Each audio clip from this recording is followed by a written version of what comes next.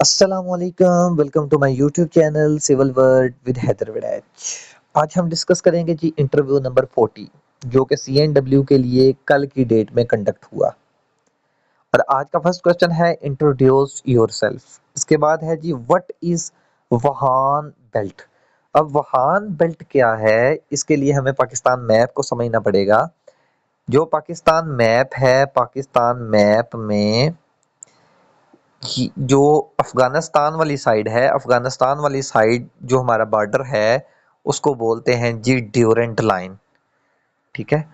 और जो Durand line है, ड्यूरेंट लाइन के टॉप कॉर्नर पे ऊपर जो है हमारा तजाकिस्तान है। तजाकिस्तान आ जाता है सेंट्रल एशिया, ये सारे का सारा जो है ये तजाकिस्तान है। ठीक है।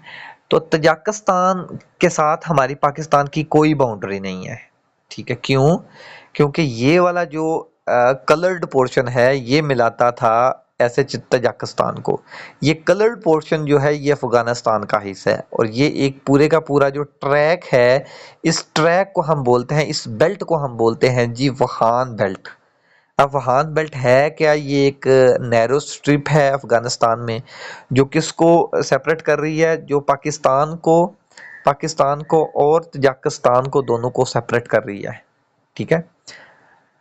अब इसकी वजह से अब ये सेंट्रल एशियन कंट्री हैं सारे। ठीक है। अगर हमारा ये बॉर्डर होता तो हम डायरेक्ट सेंट्रल एशियन कंट्री के साथ हमारा बॉर्डर लग जाता। ठीक है। तो चूंकि अब वहान बॉर्डर की वजह से हमारा तजाकिस्तान के साथ भी कोई बॉर्डर नहीं और सेंट्रल एशिया के साथ भी कोई बॉर्डर नहीं। क्वेश्चन से इंटरव्यू ने क्वेश्चन निकाला और नेक्स्ट क्वेश्चन था अच्छा बताएं फिर ड्यूरेंट लाइन क्या है। सर ड्यूरेंट लाइन मैं बता चुका हूँ, अफगानिस्तान वाली साइड पे ये सारी की सारी जो लाइन है रेड कलर की लाइन है ये वाली। अब रेड कलर की लाइन ये अफगानिस्तान के साथ जो है वो पाकिस्तान की और अफगानिस्तान की बाउंड्री लाइन है और इस बाउंड्री को हम बोलते हैं ड्यूरेंट लाइन। अब बॉर्डर है ना, इस बॉर्डर का नाम ड्यूरेंट क्यों रखा गया? क्योंकि ये 1893 में इसकी जो है वो ये बॉर्डर लगाया गया और लगाने वालों में ड्यूरेंट था, ड्यूरेंट एंड अमीर अब्दुर्रहमान खान। ठीक है। तो ये ड्यूरेंट था तो ड्यूरेंट की वजह से ये ड्यूरेंट लाइन बन गई। इसकी लेंथ कितनी है जी? लेंथ इसकी 2640 किलोमीटर इसकी लेंथ है। नेक्स्ट क्वेश्चन है जी व्हाट इज बेरिंग कैपेसिटी। अब बेरिंग कैपेसिटी क्या है? बेरिंग कैपेसिटी मामूली जो है वो सॉइल के लिए होती है। तो बेरिंग कैपेसिटी ऑफ सॉइल क्या होगा? बेरिंग कैपेसिटी ऑफ सॉइल मतलब कोई भी सॉइल जितना, मतलब अगर ये हमारे पास कोई सॉइल है, ये अगर कोई हमारे पास सॉइल है तो इसके ऊपर अगर हमने लोड लगाया है तो ये वाली सॉइल, कोई भी सॉइल कितना लोड बर्दाश्त कर सकती है। ठीक है। अगर ऊपर हमने ऐसे लोड लगाया है तो ये कोई भी सॉइल जो है वो कितना लोड बर्दाश्त करेगी। मतलब लोड बढ़ाते जाएंगे ये जो सॉइल है ये फेल हो जाएगी। तो वो लोड या वो कैपेसिटी जिस पे सॉइल फेल होने से पहले पहले लोड को बियर कर सके उसको हम बेरिंग कैपेसिटी ऑफ सॉइल बोलते हैं। ठीक है। अब इसमें आप देख सकते हैं कि ऊपर हमारा ये लोड लग रहा है और नीचे ये इसको बियर कर रहा है। ठीक है। तो लोड ऊपर ज़्यादा हो जाएगा तो डेफिनेटली ये फेल हो जाएगा। तो मैक्सिमम वो लेवल जहाँ तक फेल होने से पहले पहले जहाँ तक वो मैक्सिमम लोड को जो है वो बियर कर सकता है फेल होने से पहले, इसको हम बेरिंग कैपेसिटी बोलते हैं। जबकि डिज़ाइन कैपेसिटी किसको बोलते हैं? सेफ बेरिंग कैपेसिटी को हम डिज़ाइन कैपेसिटी बोलते हैं। और सेफ बेरिंग कैपेसिटी क्या होती है? Ultimate divided by factor of safety. ठीक है। अच्छा जी नेक्स्ट क्वेश्चन है जी, नेक्स्ट क्वेश्चन है व्हाट और रिवर ट्रेनिंग वर्क्स। अब ये रिवर ट्रेनिंग वर्क्स क्या होते हैं? रिवर ट्रेनिंग वर्क्स तमाम वो वर्क्स होते हैं सिविल इंजीनियरिंग में, ऐसे तमाम वर्क्स जो कि रिवर के फ्लो को कंट्रोल करने के लिए किए जाते हैं। Structures to control the river flows. अब रिवर के फ्लो को कंट्रोल करने के लिए जो स्ट्रक्चर्स बनाए जाते हैं वो सारे के सारे रिवर ट्रेनिंग वर्क्स में आते हैं। कौन से स्ट्रक्चर्स हो सकते हैं इसमें? गाइड बंद हो सकते हैं, बैंक स्पर्स हो सकते हैं, एम्बैंकमेंट्स हो सकते हैं। इसमें आपका गाइड बैंड, उसके बाद मार्जिनल बैंक, इसके अलावा आपका स्पर आ जाएगा। ये सारी चीज़ें सारे जो हैं ये रिवर ट्रेनिंग वर्क्स का हिस्सा होंगे। नेक्स्ट है जी व्हाट इज सिल्ट इजेक्टर। अब सिल्ट इजेक्टर क्या है? एक होता है सिल्ट इजेक्टर और एक होता है सिल्ट एक्सक्लूडर। सिल्ट एक्सक्लूडर होता है कि ये अगर हमारे पास कैनाल है तो कैनाल में पानी इंटर होने से पहले ही हम इसको जो है वो रिमूव कर देते हैं सिल्ट को, तो इसको हम बोलते हैं जी सिल्ट एक्सक्लूडर। जबकि अगर कैनाल में पानी चला गया, ठीक है, और पानी के साथ सिल्ट भी चली गई, ठीक है, तो इसको कैनाल के अंदर से जब हम सिल्ट को रिमूव करेंगे तो देन इसको हम बोलेंगे जी सिल्ट इजेक्टर। सिंपल है जी, सिल्ट इजेक्टर होगा कि अगर सिल्ट पार्टिकल्स कैनाल के अंदर चले गए हैं तो उसको रिमूव करने के लिए स्ट्रक्चर बनाया जाता है, डिवाइस होती है, कोई एक स्ट्रक्चर है, उसको हम बोलते हैं जी सिल्ट इजेक्टर। नेक्स्ट क्वेश्चन है कि व्हाट इज स्पर्ज। स्पर्ज क्या होते हैं? स्पर्स हमारे जो, अगर ये हमारे पास रिवर जा रहा है तो रिवर के फ्लो को कंट्रोल करने के लिए हम इधर एक वर्टिकल दीवार बना सकते हैं, ऐसे फ्लो के बिल्कुल जो है वो पैरेलल या परपेंडिकुलर, सॉरी, उसके परपेंडिकुलर वॉल बना सकते हैं। इसका एंगल जो है वो डाउनस्ट्रीम साइड वाली भी हो सकता है और इसका एंगल अपस्ट्रीम वाली साइड पे भी हो सकता है। ये जो स्ट्रक्चर हम बनाएंगे इसको हम बोलते हैं स्पर्स, ठीक है। अब स्पर्स की अगर हम बात करें तो ये स्पर्स बिल्कुल वर्टिकली भी हो सकता है, ठीक है। अगर वर्टिकली है लेकिन ये वाटर को ट्रांसफर नहीं कर पा रहा तो इसको एक तो हम इम्परवियस स्पर भी कह सकते हैं, इसको हम परवियस या परमिएबल स्पर भी कह सकते हैं। अगर ये जो है वो इस तरह का मटेरियल का बना हो कि इसमें से पानी जो है वो सीप आउट होके या उसमें परमेबिलिटी की इसमें जो है वो प्रॉपर्टी हो, ठीक है। इसके अलावा जी स्पर की टाइप अगर बात करते हैं, सबमर्ज्ड भी हो सकता है, नॉन सबमर्ज्ड भी हो सकता है। अगर बिल्कुल डूबा हो तो उसको सबमर्ज्ड बोलेंगे और अगर पार्शली है तो उसको मतलब अनसबमर्ज्ड बोलेंगे। अच्छा जी, नेक्स्ट टाइप है इसकी अट्रैक्टिंग स्पर्स, डिफ्लेक्टिंग स्पर्स और रिपेलिंग। अट्रैक्टिंग क्या होता है जी? अट्रैक्टिंग होता है कि आप स्टीम वाली साइड से पानी आ रहा तो पानी आ रहा है तो हमने जो स्पर बनाया उसका हमने एंगल जो है वो डाउन स्ट्रीम वाली साइड पे रखा, मतलब उसका फेस हमारा डाउन स्ट्रीम वाली साइड पे है। जबकि डिफ्लेक्टिंग में बिल्कुल परपेंडिकुलर होगा, ठीक है। और जो है अगर हम रिपेलिंग की बात करें तो रिपेलिंग में अप स्ट्रीम वाली साइड पे इसका एंगल होगा। ये 3 टाइप्स हैं जी स्पर्स की, ठीक है। अब अगर आपको ये भी याद नहीं रहती तो सिंपल आप कह सकते हैं सर स्ट्रेट, ऐसे जो स्ट्रेट होगा, और मोल हेड, इसके अलावा एल हेड, इसके अलावा टी हेड, इसके अलावा जी हॉकी टाइप स्पर्स, ठीक है। ये स्पर्स की टाइप है। अच्छा जी, नेक्स्ट क्वेश्चन पूछा गया कि which canal comes out of जिनाब राज। जिनाब राज से कितनी कैनाल्स निकल रही हैं, ठीक है। तो ये जी हमारा, अगर हम बात करते हैं, ये हमारा ऊपर हम मकबूजा कश्मीर की बात कर लेते हैं। ये मकबूजा कश्मीर से सिंध रिवर आया और ऐसे जाकर समुद्र में चला गया, ठीक है। तो जैसे ही पानी आया, इधर एक हमारा प्रपोज था कतजारा डैम, वो नहीं अभी बना। कतजारा डैम के बाद बुंजी डैम था, बुंजी के बाद ये कतजारा हो गया, ये बुंजी हो गया। बुंजी के बाद है जी दासू बादशाह डैम, ये कंस्ट्रक्शन में है। बादशाह के बाद फिर जी दासू है, ठीक है। दासू के बाद हमारा जो है ये जिनाब राज है, जिनाब राज के बाद फिर चश्मा बराज है, चश्मा बराज के बाद फिर हमारा अपना ये है जी, सॉरी एक तरबेला भी था लेकिन हम बिराजिस की बात करना शुरू कर दी है। जिनाब बिराज, चश्मा बिराज और फिर तोनसा बिराज, ठीक है। तो जिनाब बिराज की बात करें तो जिनाब बिराज से कौन सी कैनाल निकल रही है जी? थल कैनाल, ठीक है। थल निकल रही है जिनाब बिराज से। जबकि चश्मा बिराज की अगर बात करें तो चश्मा बिराज से जो है वो इधर निकल रही है हमारे पास चश्मा झेलम लिंक कैनाल। चश्मा झेलम लिंक कैनाल से इधर ग्रेटर थल कैनाल निकल रही है, ग्रेटर थल कैनाल, ठीक है। तो क्वेश्चन है कि जिनाब राज से कौन सी कैनाल निकल रही है? तो सिंपल जी थल कैनाल जो है वो झेलम, सॉरी झेलम क्या कहूँ, जिनाब राज से निकल रही है, ठीक है। अच्छा जी, नेक्स्ट है detailed discuss on Kalabagh dam. इस पे डिस्कस हुई, मतलब आप कालाबाग डैम के मतलब क्या जानते हैं, ठीक है, वो आपने बताना है जी। कालाबाग डैम जो है ये टेक्निकली अगर उसकी बात करें तो ये फ्लड को कंट्रोल करेगा, बिल्कुल करेगा, और वाटर को स्टोर करेगा, बिल्कुल करेगा।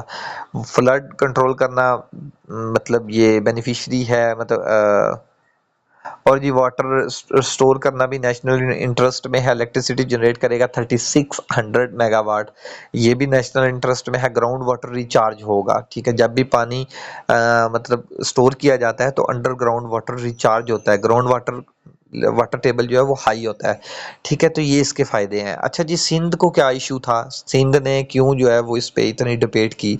सिंध को एक बड़ा मसला ये था कि जी जो शेयर हमें सिंध को मिलना है वो कम हो जाएगा, ठीक है। शेयर कौन सा जी, कितना शेयर और कौन सा शेयर।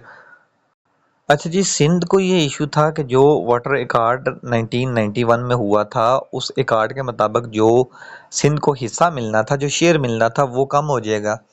तो बिल्कुल देखें, अगर किसी हद तक ठीक है, पंजाब ये क्लेम करता है कि नहीं जी हम अपने हिस्से का जो वाटर है हम उसी को यूज़ करेंगे, ठीक है। अब ये इंडस जा रहा है, इंडस में ये इधर उन्होंने कालाबाग डैम प्रपोज था ये, और मतलब कंस्ट्रक्शन भी स्टार्ट थी। अब ये था कि सिंध को कितना पानी जाना है, ये जो 1991 में अकॉर्ड हुआ था, इस अकॉर्ड के मुताबिक पंजाब जो है उसके पास शेयर है 55.94 मिलियन एकड़ फीट पानी को जो है ना वो यूज़ कर सकता है।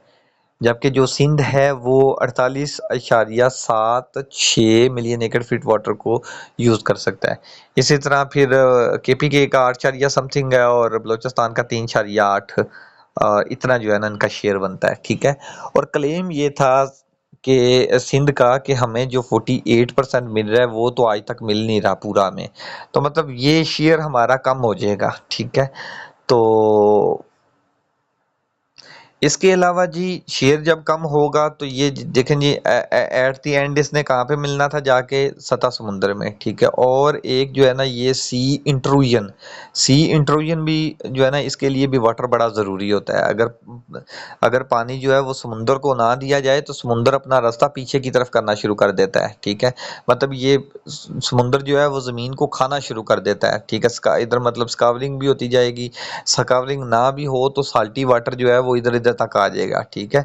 क्योंकि अगर पानी ऊपर से दिया जाए तो पानी अगर हम ज़ाया जिसको बोलते हैं पानी ज़ाया कर रहे हैं, और मतलब वो सी इंट्रूजन के लिए मतलब ज़रूरी होता है कि पानी इसको समुद्र को प्रोवाइड किया जाए। जब पानी हम देते हैं मतलब 10 मिलियन एकड़ फीट है मेरे ख्याल से, ये इसमें चेक कर लीजिएगा 1991 के अकॉर्ड में, कि कम से कम 10 मिलियन एकड़ फीट वाटर ज़रूर देना है, ज़रूर ज़ाया करना है जिसे आप कह सकते हैं, ठीक है। जो समुद्र को पिलाना है, समुद्र को पिलाने का पर्पज़ क्या है कि देखें पानी जो है वो समुद्र जो है वो ज़मीनों की तरफ ना आए बल्कि साफ पानी दे। अगर ये समुंदर जो है वो अपस्ट्रीम साइड यानी कि अपना इधर ज़मीनों की तरफ आना शुरू कर जाएगा तो साल्टी वाटर बहुत पीछे आ जाएगा, ठीक है। तो इतना सारे का सारा एरिया जहाँ तक साल्टी वाटर हो जाएगा वो ये बंजर एरिया हो जाएगा और पीने के काबिल भी पानी नहीं होगा। तो ये जो है ये सिंध को एक ये भी इशू था कि इस वजह से जो है वो पानी, अगर हम 55 पूरा करने लग गए, आप 48 पूरा करने लग गए, तो ये वाला हिस्सा जो हमने देना है ना समुंदर को, तो वो समुंदर को पानी नहीं जाएगा, ठीक है। उससे फिर क्या होगा, डेफिनेटली जो है वो इंट्रोजन होगी और जो है वो समुंदर अब ज़मीनों को खाएगा, ठीक है। अच्छा जी, केपीके को क्या इशू था जी, केपीके ने भी जो है इसमें बड़ा वो शोर शोर किया, और केपीके का ये इशू था, बल्कि सबसे ज़्यादा जो है ना वो केपीके के लोगों ने जो है इस पे इतराज़ किया था, और उनका इतराज़ ये था कि ये मियाँ वाली के करीब ये बनना है, और ये जो कालाबाग डैम है मियाँ वाली के करीब बनना है, और इसकी जो हाइट थी ना ये लगभग पहले 300 फीट जो है 300 फीट हाइट डिज़ाइन की गई, ठीक है। और इसमें जो है इसमें नौशहरा पूरे का पूरा जो नौशहरा सिटी था ना वो डूब रहा था। अब नौशहरा वालों ने बड़ी जो है वो इस पे जो है एहतजाज किया कि ये तो नहीं बनने देंगे। फिर इसके बाद ये 256 फीट तक ना इसका डिज़ाइन चेंज करके इसकी हाइट कम की गई, और हाइट कम करने से डेफिनेटली स्टोरेज भी कम हो जाएगी, सारा कुछ कम हो जाएगा, इलेक्ट्रिसिटी जनरेशन भी कम होगी। तो जी मुख्तसर के सारा डिज़ाइन चेंज किया गया, और फिर डिज़ाइन चेंज करने के बाद इलेक्ट्रिसिटी जो जनरेट होना थी वो होनी थी 3600 मेगावाट, ठीक है। और वाटर स्टोर कितना होना था जी, 6.1 मिलियन एकड़ फीट वाटर को स्टोर होना था, वाटर स्टोरेज होना थी, ठीक है। तो केपीके को ये इशू था कि केपीके बाद में भी 256 मीटर फीट जो है होने के बाद भी केपीके का ये क्लेम था नहीं जी नौशहरा डूब जाना है, जबकि 256 पे नौशहरा नहीं डूबता था। वावड़ा ये मतलब रिपोर्ट करता रहा कि नौशहरा नहीं डूबेगा। और नौशहरा क्यों नहीं डूबेगा? अब नौशहरा के लोग ये कहते थे नहीं जी, फ्लड अगर आ जाता है तो फ्लड में पानी ज़्यादा होगा तो ज़्यादा स्टोरेज की वजह से बैक वाटरिंग होगी और सारा डूब जाएगा। जबकि अगर इस कालाबाग डैम है, बाग डैम अगर बनता तो इससे पीछे तरबेला डैम तो था, इससे पीछे वार्षिक डैम तो था, अब तो है दासूबी और बादशाह भी इसके पीछे आ गए ना। तो ये दो डैम तो तब भी थे, तो वाटर को कंट्रोल किया जा सकता है। मतलब नौशहरा बिल्कुल भी जो है ना वो नहीं डूबना था, लेकिन क्लेम कर रहा था केपीके कि ये डूब सकता है। तो ये इनका क्लेम था, ठीक है। और इसके अलावा जितना एरिया केपीके का अंदर आएगा और उतना जो है वो एग्रीकल्चरल नुकसान भी होगा, इरिगेशन मतलब डेफिनेटली वो सारा पानी के अंदर आ जाएगा, तो वो भी इनका जो है ना वो क्लेम था। अब इसके कालाबाग डैम के अगर बेनिफिट्स देखें तो बेनिफिट्स तो इसके थे। अगर नेशनल इंटरेस्ट में देखते हैं तो वाटर सिक्योरिटी थी, ठीक है। और इसके अलावा जी रिलायबल इलेक्ट्रिसिटी थी। इलेक्ट्रिसिटी कितनी होनी चाहिए जी? 3600 मेगावाट। और वाटर स्टोर कितना होना था हमारे पास? 6.1 मिलियन एकड़ फीट, ठीक है। ड्रॉट मैनेजमेंट बिल्कुल मैनेजमेंट होनी थी। और एग्रीकल्चर और इकोनॉमी हमारी जो है वो स्ट्रांग होनी थी। ये तो इसके फायदे थे। अच्छा जी, नेक्स्ट क्वेश्चन है जी, what is the piping in soil? अब पाइपिंग क्या होता है इसको हम बड़ी दफ़ा डिस्कस कर चुके हैं। किसी भी कोई डैम है या कोई हाइड्रोलिक स्ट्रक्चर है तो हाइड्रोलिक स्ट्रक्चर से पानी जो है वो नीचे सीप आउट होके बाहर की तरफ चला जाता है, ठीक है, मतलब डाउन स्ट्रीम साइड पे। इस अमल को हम बोलते हैं जी पाइपिंग, ठीक है। अब ये देखें, ये अगर हमारा डैम है तो ये वाटर हमने इधर जो है वो रिजर्वायर है, वाटर स्टोर है, तो ये ऐसे पाइपिंग इफेक्ट। अब इसमें 10 साल लग सकते हैं, 20 साल, 50 साल लग सकते हैं, ठीक है। अब ये डिपेंड करता है अंडरग्राउंड जो सॉइल है, सॉइल इन्वेस्टिगेशन की जाती है, प्रॉपर इसको चेक किया जाता है और उसके मुताबिक फिर डिज़ाइन किया जाता है, ठीक है। अच्छा जी, नेक्स्ट क्वेश्चन है कि लिंटल लिंटल हाइट क्या होनी चाहिए? मतलब दरवाजे के ऊपर जो लिंटल है इसकी हाइट कितनी होनी चाहिए? 7 फुट का दरवाजा होता है तो 7 फुट ही इसके ऊपर लिंटल है तो 7 फुट आपकी लिंटल हाइट होगी, ठीक है। Slab thickness used on your site, मतलब आप अपने घर की बात कर सकते हैं, या अगर आपने कहीं काम करवाया तो आपकी ये जो रूफ मतलब स्लैब थिकनेस होती है ये मिनिमम तो 4 इंच होती है। 4 इंच, 5 इंच, 5 इंच और 6 इंच तक आप यूज़ कर सकते हैं। 5 से 6 जो है ये अमूमन इस्तेमाल की जाती है, ठीक है। 6 से ज़्यादा करेंगे उसमें वाइब्रेशन थोड़ा सा इशू आ सकता है, तो मोस्टली 5 से 6 को जो है वो ज़्यादा प्रेफरेबल जो है समझा जाता है। अच्छा जी, नेक्स्ट क्वेश्चन है, what sorry difference between the one way slab and two way slab? One way slab किसे बोलते हैं और टू वे स्लैब किसे बोलते हैं? बिल्कुल लंबाई और चौड़ाई की अगर हम निस्बत लेते हैं, ठीक है, अगर ये ग्रेटर देन 2 हो तो ये two sorry one way slab होगी। मतलब फॉर एग्जांपल हमारी स्लैब है 25 ज़रब 10 की, ठीक है। तो इसका क्या होगा जी, 25 डिवाइडेड बाय 10 करेंगे ये 2.5 आ जाएगा। तो इस हाल का जो स्लैब है हमारी ये होगी वन वे स्लैब, ठीक है। और इसी तरह अगर लंबाई और चौड़ाई की निस्बत 2 से कम हो तो ये टू वे स्लैब होती है, ठीक है, सिंपल। इसको पहले भी डिस्कस किया गया है। अच्छा, नेक्स्ट है जी, material used in the window frame. जो विंडो का फ्रेम बनता है, ये वाला फ्रेम जो हम बनाते हैं, ये फ्रेम किस मटेरियल का होता है? अब ये सारे का सारा फ्रेम जो है ये लकड़ी का हो सकता है, एल्यूमिनियम का हो सकता है, या फिर आजकल मोस्टली यूपीवीसी के इस्तेमाल किए जा रहे हैं, तो ये किसी भी टाइप का हो सकता है। नेक्स्ट है जी, एल्यूमिनियम के जो वो किसी ब्रांड का नाम बताएं। तो ब्रांड आप प्राइम या मास्टर कोई भी आप ब्रांड बता सकते हैं, ठीक है। इनकी थिकनेस को क्या होगी जी? थिकनेस ये गेज के हिसाब से होती है या एमएम के हिसाब से, 1.2 एमएम या 1.6 एमएम गेज होगी। किसकी गेज जी? एल्यूमिनियम की गेज, ठीक है। नेक्स्ट क्वेश्चन है, what sorry which would used for door? ये डोर के लिए कौन सी या डोर में कौन सी लकड़ी इस्तेमाल होती है? तो इसमें याद रखना है कि इसमें जो है ये केल इस्तेमाल होती है, ज्यादातर केल इस्तेमाल होती है, पत्तल इस्तेमाल होती है, या फिर दियार। सबसे बेस्ट जो है वो दियार को कंसिडर किया जाता है, क्योंकि दियार को जो है वो 100 इसकी ड्यूरेबिलिटी बहुत, और इसकी टर्माइट रेजिस्टेंस जो है बहुत ज़्यादा होती है, ठीक है, इसको दीमक भी नहीं लगती इतनी जल्दी, तो ये 100 साल में भी खराब नहीं होते, ठीक है।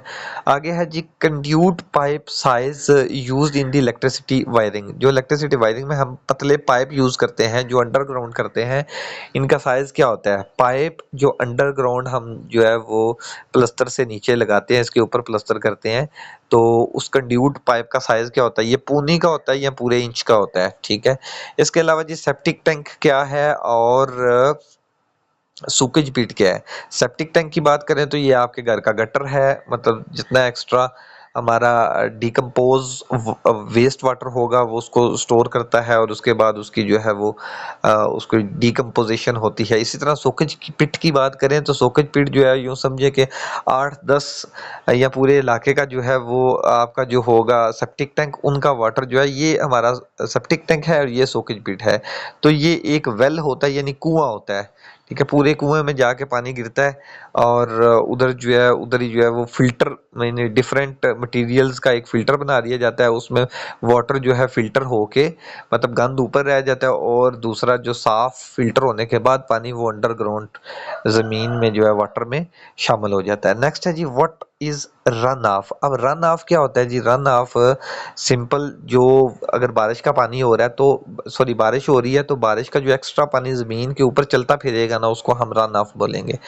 अब इसकी बात कर लें जी सिंपल, हमारी सबसे पहले क्या है जी, ऊपर अगर प्रेसिपिटेशन होती है, प्रेसिपिटेशन मतलब बारिश हुई है, बारिश होने के बाद ये अगर हमारी ज़मीन है, ठीक है, तो इसके ऊपर बारिश होने के बाद क्या हुआ, कुछ पानी नीचे चला गया ज़मीन के, जो पानी नीचे गया उसको बोलेंगे जी पानी इनफिल्ट्रेट हो गया, ठीक है, इनफिल्ट्रेशन हो जाएगी।